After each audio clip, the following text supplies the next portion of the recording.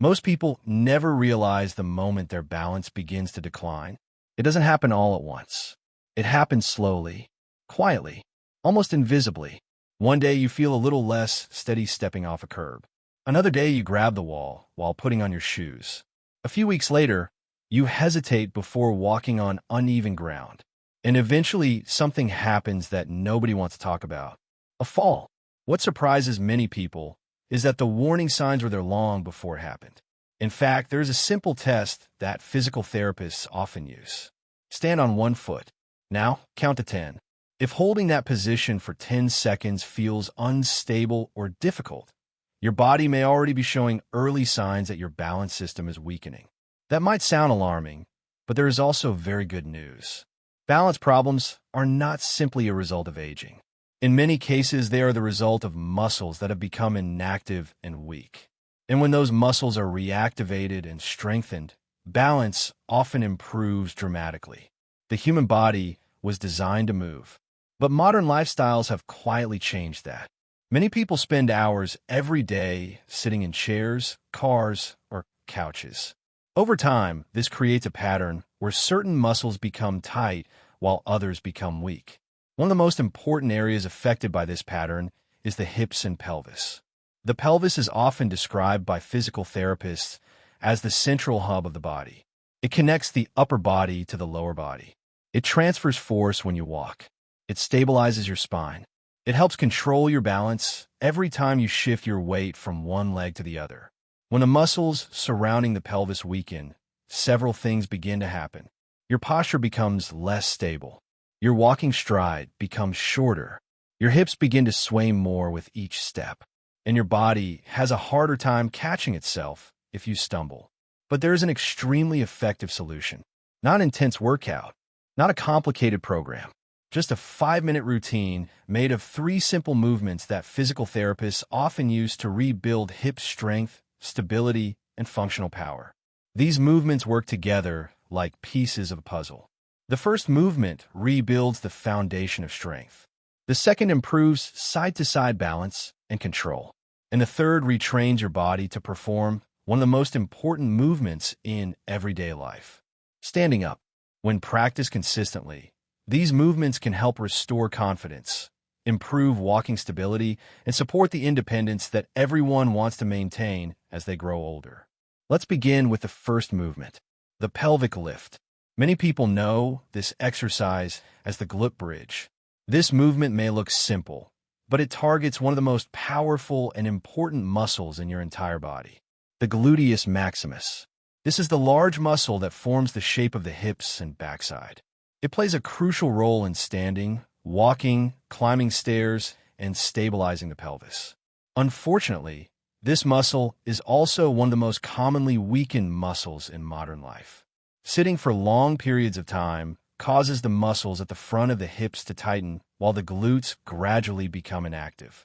Some experts even call this condition gluteal amnesia. In simple terms, the brain stops effectively activating the glute muscles. When this happens, the body begins relying on smaller muscles and the lower back to compensate. This can lead to instability, discomfort, and reduced movement efficiency. The pelvic lift is one of the best exercises for reversing this pattern. To perform this movement, begin by lying comfortably on your back on a soft surface, such as a carpet, exercise mat, or rug. Bend your knees and place your feet flat on the floor. Your feet should be about hip-width apart. Your heels should be positioned close enough that your fingertips can almost touch them. Allow your arms to rest naturally beside your body with your palms facing downward. Before lifting your hips, take a slow breath in. As you breathe out, gently engage your core muscles by imagining that your belly button is drawing slightly toward your spine. This subtle activation helps protect the lower back during the movement. Now press through your heels and slowly lift your hips upward. As your hips rise, focus on squeezing your glute muscles. Your body should form a straight line from your shoulders to your knees. Avoid arching your lower back too much. The movement should feel like it is coming from your hips rather than your spine. Once you reach the top of the movement, hold the position for 3 to 5 seconds. During this pause, concentrate on maintaining that gentle squeeze in your glutes. Then slowly lower your hips back toward the floor with full control. Do not let your body drop quickly. Lowering slowly is part of what strengthens the muscles. That completes 1 repetition. Aim for 8 to 12 repetitions. Move slowly and breathe comfortably throughout the exercise. Some people may find it difficult to lie down on the floor. If that is the case, there is a simple modification. Sit upright on a chair with your feet flat on the floor. From that position, focus on squeezing your glutes together while maintaining tall posture. Even this small activation can help reawaken those muscles. Remember that progress matters more than perfection. The goal is to gradually rebuild strength in the muscles that stabilize the pelvis. Once the foundation of strength begins to improve, the body becomes better prepared for the next step. Side-to-side balance.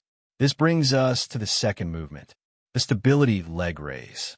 This movement is often called standing hip abduction. If the first exercise builds strength moving forward and backward, this one improves stability moving from side to side. Many balance problems actually originate from weakness in the muscles located on the sides of the hips. One muscle in particular plays a critical role, the gluteus medius. This muscle acts like a stabilizer whenever you stand on one leg. And every step you take while walking briefly places your entire body weight on one leg. If the gluteus medius is weak, the pelvis may tilt or drop during walking. This makes the body feel less steady and increases the risk of stumbling. Strengthening this muscle helps create smoother and more controlled movement. To begin this exercise, stand beside a sturdy chair, counter, or wall. Place one hand lightly on the support for balance. Stand tall with your feet about hip-width apart. Imagine a gentle string pulling the top of your head upward toward the ceiling. Now shift your weight onto the leg closest to the chair. Keep your posture upright and your core gently engaged. Slowly lift your outer leg straight out to the side. The movement should be slow and controlled. Avoid swinging the leg or using momentum. The goal is not to lift the leg extremely high. Even a small lift of a few inches can be very effective when done correctly. Keep your toes pointing forward rather than upward. When the leg reaches its highest comfortable point, pause for 2 or 3 seconds. You should feel the muscles on the side of your hip working. Then slowly lower your leg back down. That completes 1 repetition. Aim for 10 to 12 repetitions on one side before switching to the other. At first, you may need to hold the chair firmly. As your balance improves, try reducing the amount of support. Eventually, you may find that just a fingertip is enough. And one day, you may be able to perform the movement without holding anything at all. That is a powerful sign that your stability is improving. Now we come to the third movement. This one may be the most important of all, the chair sit to stand. This movement is essentially a functional squat. But instead of focusing on exercise performance, it focuses on real-life movement. Think about how many times each day you stand up from a chair. You stand up to eat. You stand up to answer the door. You stand up to walk into another room. You stand up to leave your car. You stand up countless times without thinking about it. But as leg strength declines, this simple movement can gradually become more difficult. Many people begin using their hands to push themselves up. Others lean heavily forward or struggle to maintain balance while standing. This loss of strength can slowly reduce independence. Fortunately, the sit-to-stand movement directly trains the muscles responsible for this task. It strengthens the glutes, thighs, and core while teaching the body to move efficiently. Begin by sitting near the front edge of a sturdy chair. Your feet should be flat on the floor about shoulder-width apart. Position your feet slightly behind your knees. Now lean your torso forward until your nose moves over your toes. This position may feel unusual, but it is essential. Shifting your weight forward allows your powerful leg muscles to lift your body. Cross your arms over your chest to prevent pushing off with your hands. From this position, press through your heels and drive your body upward into a standing position. At the top, gently squeeze your glutes. Then slowly reverse the movement. Push your hips back and lower yourself toward the chair with control. Avoid dropping quickly into the seat. Controlled lowering strengthens the muscles even more. That completes 1 repetition. Aim for about 10 repetitions. If the movement feels difficult at first, you can use the armrest to assist yourself. Just try to rely on them less over time. Another helpful starting point is the seated march. While sitting upright, lift one knee slightly, hold briefly, then lower it and lift the other knee.